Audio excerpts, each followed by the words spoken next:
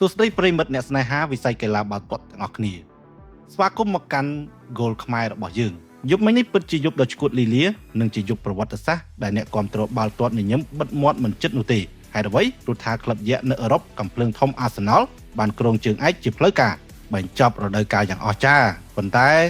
ភាពរំភើបមិនទាន់អស់ដំណឹងទេងាកមកមើលបាល់ទាត់ជាតិយើងវិញក្លឹបព្រះខ័នរាជស្វាយរៀងក៏បានគ្រងតំណែងជើងឯកលីគកំពូលកម្ពុជាក្នុងយប់តែមួយផងដែរ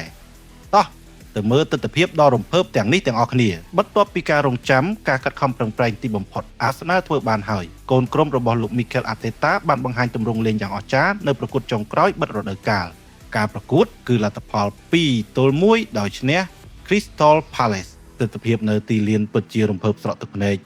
នេះគឺជាសមិទ្ធផលដែលអ្នកគាំទ្រកំភ្លើងធំទន្ទឹងរង់ចាំមកជាយូរពីភាពសាមគ្គីយុទ្ធសាស្ត្រលេងនិងការមិនបោះបង់បានជួយឲ្យពួកគេឈរនៅលើកំពូលតារាងដោយមោទនភាពបំផុតយើងអបអរនៅអឺរ៉ុបហើយកុំភ្លេចមកអបអរនៅទឹកដីកម្ពុជាយើងវិញម្ដង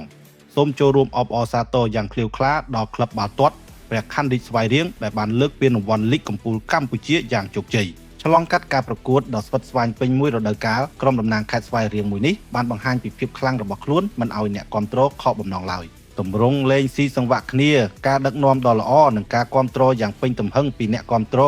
បានរុញច្រានឲ្យព្រះខ័នរាជស្វាយរៀងក្លាយជាជើងឯកប្រចាំរដូវកាលនេះយ៉ាងស័ក្តិសមបំផុតដោយនៅក្នុងតង់ទី1ក្រុមបាល់ទាត់វិសាខានាំមុខព្រះខ័នរាជស្វាយរៀងពីគ្រាប់នៅនាទីទី14និងទី5រហូតព្រះខ័នរាជស្វាយរៀងបានសុទ្ធតាមគ្រាប់វិញនៅនាទីទី40ម៉ោងបានបញ្ចប់ដោយតង់ទី1លទ្ធផល2-1តង់ទី2ឈានចូលមកដល់ធ្វើការសុទ្ធគ្នាមិនប្រណីជើងមានគ្រាប់រហូតដល់ទៅ8គ្រាប់ចប់តង់ទី2លទ្ធផល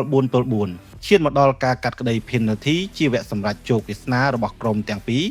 ទីបំផុតព្រះខ័នរាជស្វាយរៀងបានយកឈ្នះវិសាខា5-3ចុងបញ្ចប់ព្រះខ័នរាជស្វាយរៀងបានលើកពានហ៊ុនសែនខាប់ឆ្នាំ2025-2026អាចនិយាយបានថាចុងសប្តាហ៍នេះគឺជាពេលវេលាដ៏ល្អឯកសម្រាប់អ្នកគាំទ្រកំភ្លើងធំអាសណលផងនិងអ្នកគាំទ្រព្រះខ័នរាជស្វាយរៀងផងលើកពានព្រមគ្នាជប់លៀងព្រមគ្នានេះហើយគឺជារសជាតិនិងភាពអស្ចារ្យនៃកីឡាបាល់ទាត់ចុះប្រិមិត្តទាំងអស់គ្នាវិញយប់មិញមានអ្នកណាខ្លះអបអរពានទាំងពីរនេះព្រមគ្នាកុំភ្លេច comment ប្រាប់ admin នៅខាងក្រោមផង